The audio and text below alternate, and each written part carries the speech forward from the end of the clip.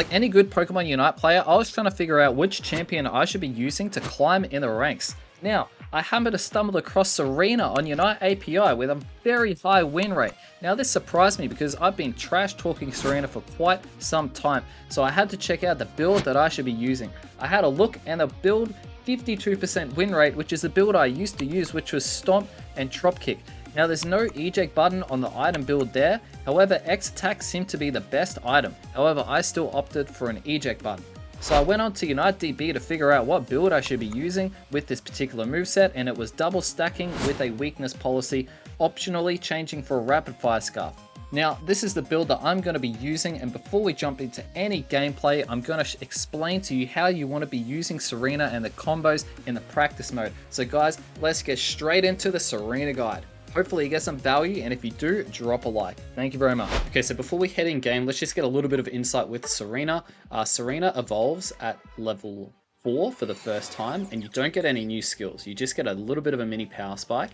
Now you go Rapid Spin as a little bit of mobility, and Razor Leaf is actually really good secure because that move can actually crit, right? And the boosted, it just does a little bit of extra damage, and it will reduce their defense, right? So it's pretty good. It's pretty good in that sense. Now, if we go right up to level 6, you get your first skill at level 5, which is kind of not that great, and we're going to go Stomp and TROP Kick. You get your second skill at level 6. Now, this is where learning Tsareena comes in handy. As you can see, under her health bar, there is 3 bars there. Each time that you use a boosted, you get 1 to that, and each time that you use a skill, you get another to that. Now, what happens when you use that 3rd bar, bang, you get a free skill.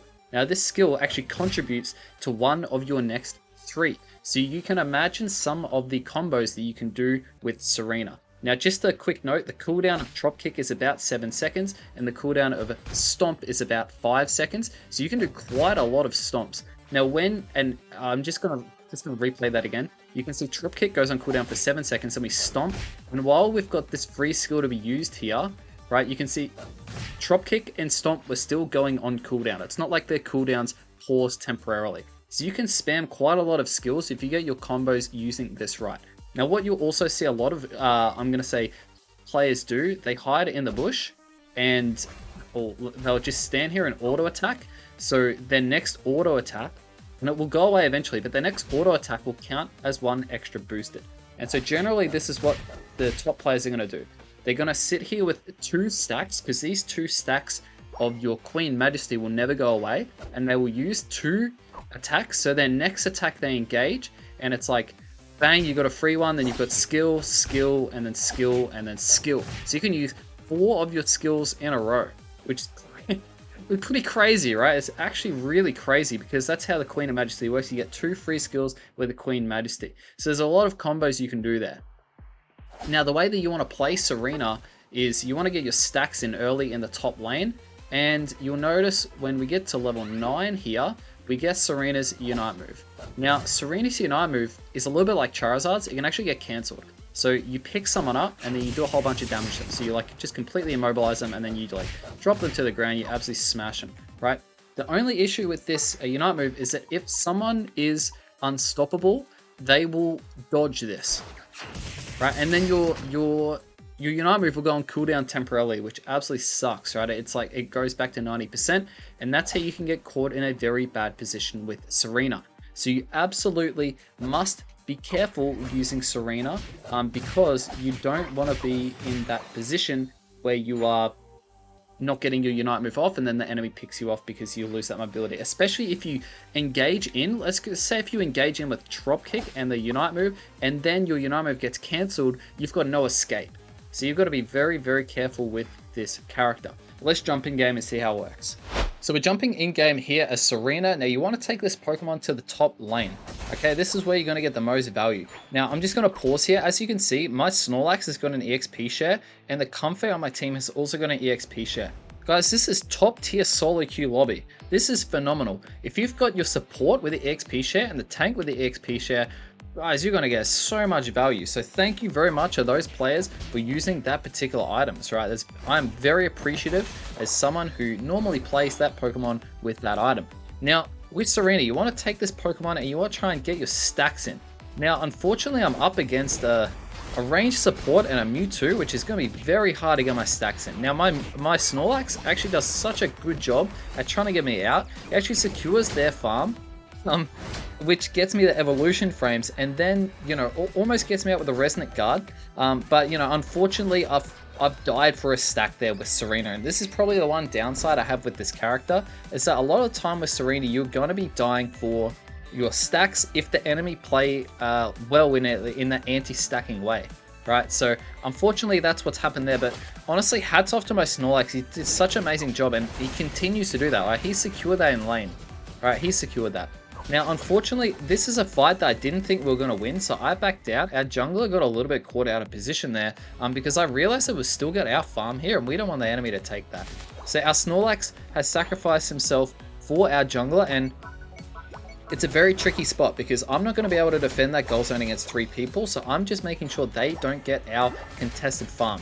And against a Mega Mewtwo, there's really not a whole lot I can do. You can see he half did my health bar with 1 skill, so it's really crazy.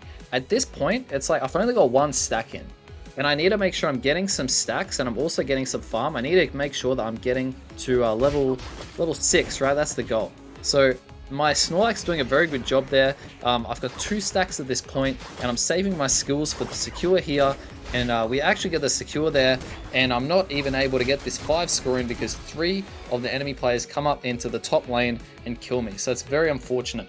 Now Snorlax does a really good job of defending here, right? He does a really good job, and ideally we should be at the mid, so it's a really bad time for me to die. This is honestly a bit more of a do as I say, not as I do in the early game. You want to try and get your stacks in without dying, but obviously when you're versing a Hooper player who's playing really, really well, and also a Mewtwo Y, they're both ranged, they both have stunning, it makes it very, very difficult, right? So unfortunately, and that's a pretty unconventional top lane. It's just a bit of a solo queue top lane, so it makes things a little bit tricky, right? Now this 8-minute mark, we should ideally be in the mid. So have a look at our team. Our team is doing really well, right? Our bottom lane, Comfey and Espeon, and our Dragapult there, they're doing pretty good. Now their bottom laner, Tsareena, is coming in from the top lane because that's where he ported. Their mid, Sylveon there, is coming in from their jungle, and their Slowbro is still maintaining their bottom goal zone. He's just playing a little bit defensively there, which is perfectly fine, but he could probably be in there. But I'm the last person to talk because I am still running for my respawn, right? So in terms of, for me, we've still got our Snorlax actually keeping 2 of them in the top lane, stalling, which is phenomenal, right? This guy is a really good tank player, whoever he is, a really good tank player. So my goal here is I need to get level 6, and I need to try and get as many free little stacks in as I can, right? So that's exactly what I do here. We've got the 10 score, which is some pretty decent experience to put in here. And now that I've got the Queen Majesty, I'm going to be able to get away, right? Because you can see I've got this 3rd skill almost ready to use. I use a Stomp and then a Trop Kick just to get that Queen Majesty Trop Kick away, so I can escape, right? And now I'm going to be able to defend goal zones because I've got that double Stomp, and I've also got the Trop Kick for mobility. So your goal is to get level 7 as soon as level 6, sorry, as soon as possible. And then even when you've got, like, have a look at how quickly you can kill the farm with a double Stomp, right? You can engage, you can do some pretty good things there. And you've got that Trop Kick. The Queen of Majesty Trop Kick will give you a shield, and the Queen of Majesty Stomp will give you healing, right? It's really, really valuable to know, right? Now, I actually get killed there. I engage on a Mega Mewtwo, which is a very, very bad decision. So, honestly, in terms of the early game, really, really bad from me. Probably, like, I'm still level 7.5. Our top lane's only going as well as it is because of our Snorlax. If we didn't have a Snorlax player, we'd be in a lot of trouble. Like, he's doing so well. They're stalling 2 of them top. Like, here's the reason why we've got this bottom objective. He is the reason, right? He stalled 2 of them. Our team has recognized this, and we are just trying to rip this as quickly as we can. And their Sylveon comes in. There's no way he's going to be able to get that. It's like 4 people against 1. Would have been extremely unlucky to lose it to a tick of Piper Voice. So we've actually managed to get in there, and now we've got the buffs from the Reggie, which is really, really valuable there because now we're doing some good things here, right? I'm just scoring, I'm getting those stacks in. Now I've got my Unite move, and we're just doing a lot of damage, and I have no idea how that Mewtwo is still alive, right? He's got so much health, so much shielding, so he was very annoying there to kill. Now at this point, right, with Tsareena, you've got that level 9, things are going well. If I just pause here, I know there's this top objective, but have a look at all the farm on the map. There's middle farm here. There's a bottom goal zone where both goals are like pretty healthy. So there's a lot of experience in this bottom lane, and our jungler has this jungle to rotate through, and our Espeon's going to the top lane to help support our Snorlax so we don't get completely dumpstered in the top lane. What I'm looking to do here is I can actually see vision on a couple of these guys down bottom because of the Dragapult and the Comfey. So when I respawn, I'm going directly to this bottom lane to try and take some of this experience down in the bottom lane, try and take some of this experience here, and ideally then shuffling up to the top lane, right? That's in my head, that's exactly what I'm trying to do at this point. Now Dragapult's got the right idea. He's just looking to get the farm in and play safe. Now you can see straight away when I run out of base, I use my 2 skills because these Queen of Majesty stacks will never go away. So these are just little tips that you can use throughout the game. Right? Now, obviously, there's going to be like literally hundreds of people who can play this Pokemon better than I can. I have not used this Pokemon for many, many seasons. And at this point, I'm looking to get my final stack in, which is exactly what I'm able to do. And a couple little mini scores I can get to help restore my Unite move. Now, at this point, you can see my team is spamming Gather here. I should, at this point, recognize that the Hooper can just port top and he'll be there instantly. So I should just run straight away. I can run, I can clear these mid beats. I should have done that at this exact moment, right, in hindsight. My team is playing phenomenally well. They're holding a 3v4. They're holding the fort without their support. So at this point, there's no need for me to continue this, right? This is honestly me playing very... Honestly, it's just poor awareness. It's poor awareness of what's going on in the game. Right, I was trying to pressure the Hooper with like, it just doesn't make any sense. So I quickly run up as quick as I can, right? I've wasted the time. If I made that analysis like 10 seconds sooner, I could have gotten some of these Bs, but I just go up here and I'm trying to get some value, right?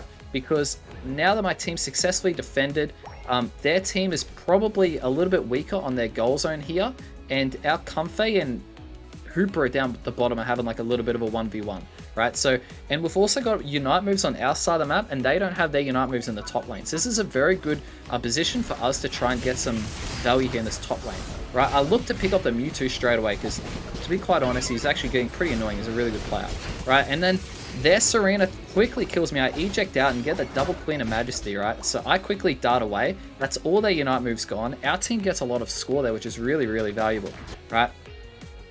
So at this point, it's probably best for me to just either base, but I know that the Stomp healing will be very, very good with the Queen of Majesty, and you can see that I get a lot of Stomp healing on those Bs. So generally, you want to try and avoid basing if that's a possibility, right? And that's also a lot of experience too. So our Snorlax is, you know, he's looking to do some good things there, and I'm just looking to get in this bottom lane again because there's this objective down here. This is the mid game. It's a little bit tricky of where you should be. We've got this objective here, and there's a lot of value in this bottom lane, right? There's a lot of value in this bottom lane, and their Hooper has his Unite move, so he's got his team ready to be ported in an instant. There's a whole lot of farm down here, and there's also this mid rotation of farm, which is what our Dragapult probably should be looking to rotate back to, because in my opinion, the enemy team has the Hooper Unite move, so this objective is most likely going to be theirs because no one has Unite moves, and the Hooper Unite move is so pivotal. It's such a great Unite move. So I'm pretty much going down with in my mind, I just want to try and get some experience and make sure that they don't just completely get 100% of everything, right? So I'm just looking to get a little bit of farm, but ideally it's like, just don't die, right? That's number one priority, is just do not die. So I use my Queen Majesty to get out. And you can see that Hooper pops his Unite move. He's done phenomenally, right? He's put the portal to help his team get out in an aggressive position. And their team's actually opting to try and kill us rather than go for the score, which is honestly probably not their best play there. I think it's very ambitious. And I was actually fortunate enough to get a lot of AoE stomping off, which is very, very nice for me. And we get a nice team wipe there, and then we get a 50 score. So it's really, really good for our team.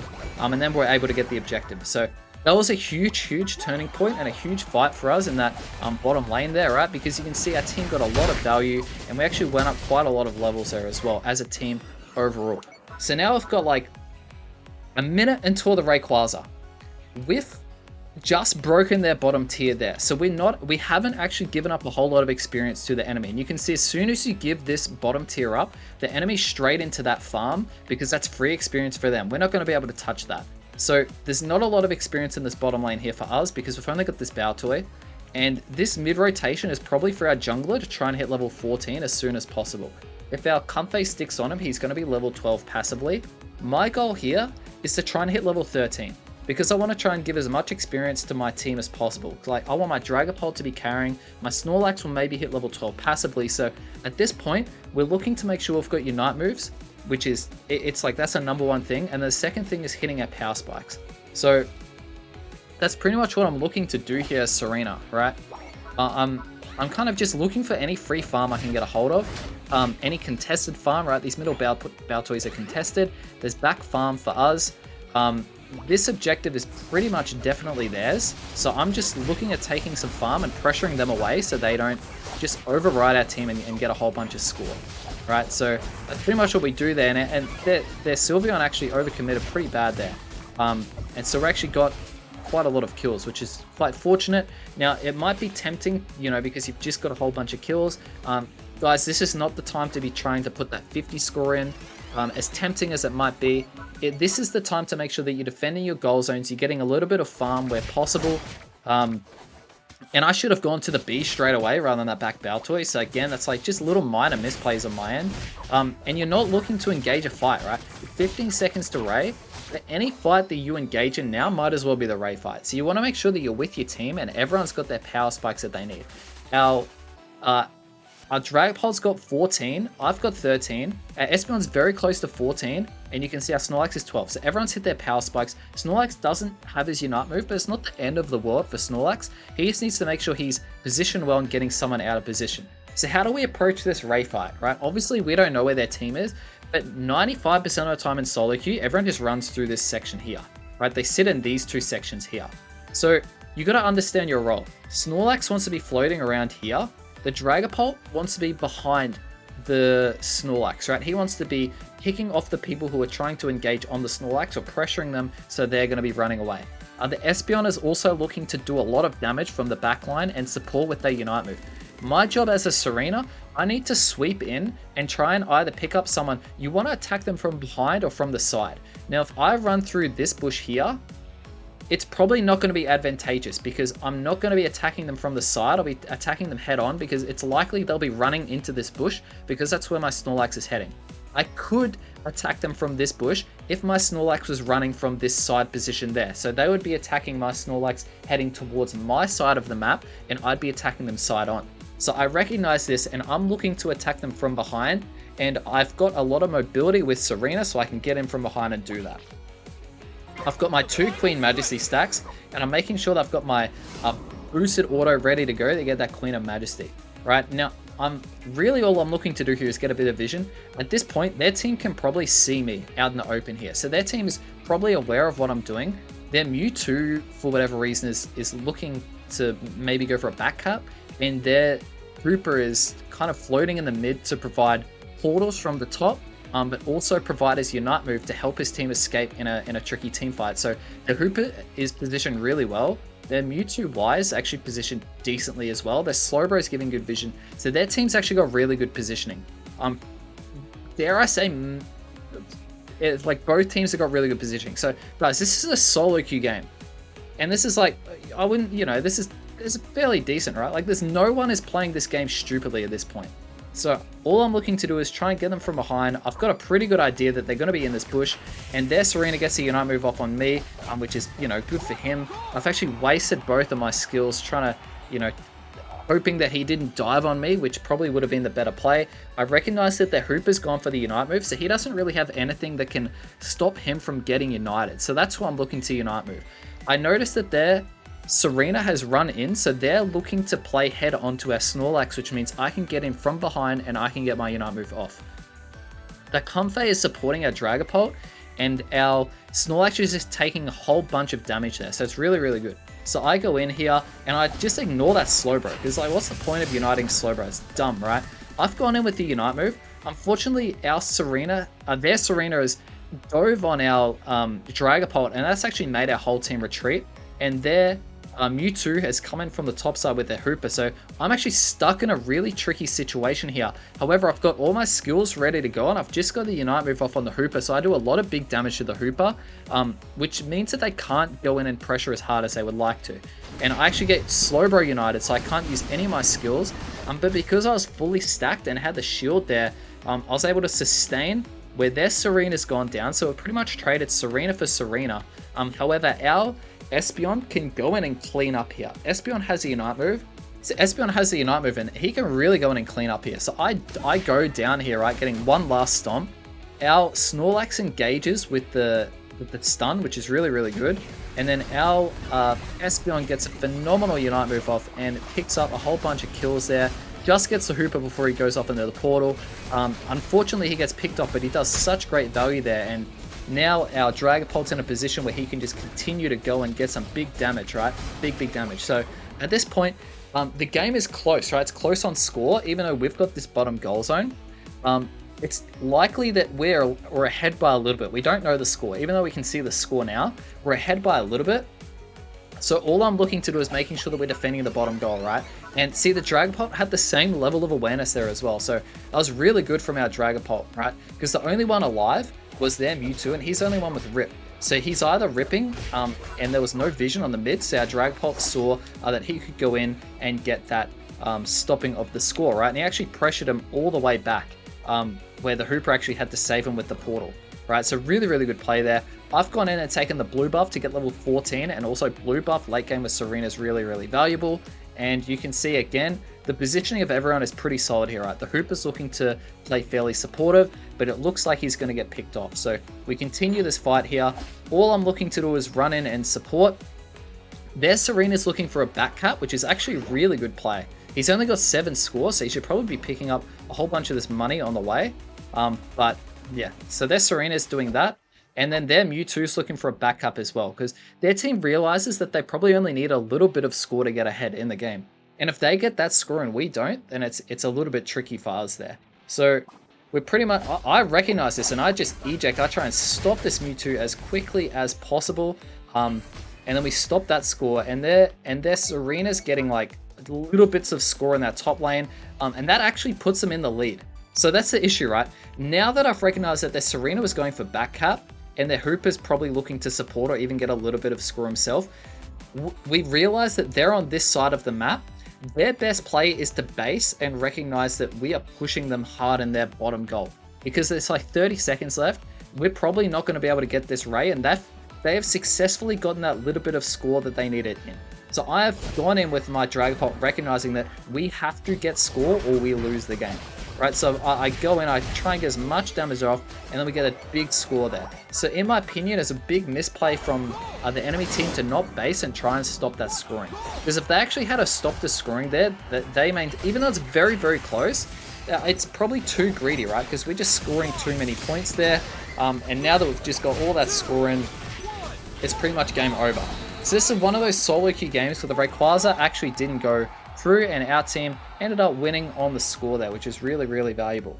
And if we have a look at the damage numbers, right, you're going to notice this happens quite a bit with Tsareena. You either absolutely dominate hard with Tsareena, and I mean like absolute destroy the enemy team, deal twice as much damage as you take, or you'll notice that you're going to be the person who actually takes the most damage out of pretty much everyone, right? So because your role is a brawler, and a lot of time the Comfort was sitting on the Dragapult to help support the Dragapult with mobility, which was the correct play, but I actually noticed that and had to sacrifice myself quite a bit with the Tsareena.